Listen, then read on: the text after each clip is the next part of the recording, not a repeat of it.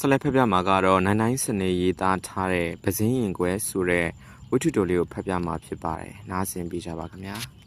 ။ပဇင်းရင်ခွဲ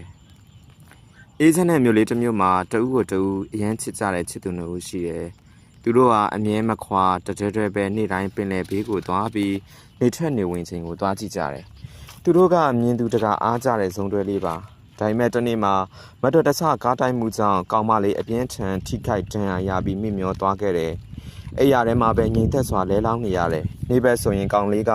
ကောင်မလေးနားမှနေပြီးသူ့နာမည်ကိုတတွတ်ရွတ်ခေါ်တယ်။ညဘက်ဆိုရင်ဖះเจ้าသွားပြီးကောင်မလေးစမ်းမာလာစီဖို့ဖះသခင်ထံဆူတောင်းတယ်။အချိန်တွေတဖြည်းဖြည်းကုန်လွန်သွားခဲ့ပြီးကောင်လေးခမငိုရလွန်းလို့မျက်ရည်တွေတောင်ခန်းလိုနီးနေပြီ။ကောင်မလေးကမိမျောနေသေးပဲ။ဒါပေမဲ့ကောင်လေးလက်မလျှော့ခဲ့ဘူး။ဖျားသခင်ထံဆုတောင်းတယ်ဒီလိုနဲ့တညမှာဖျားသခင်ကကောင်လေး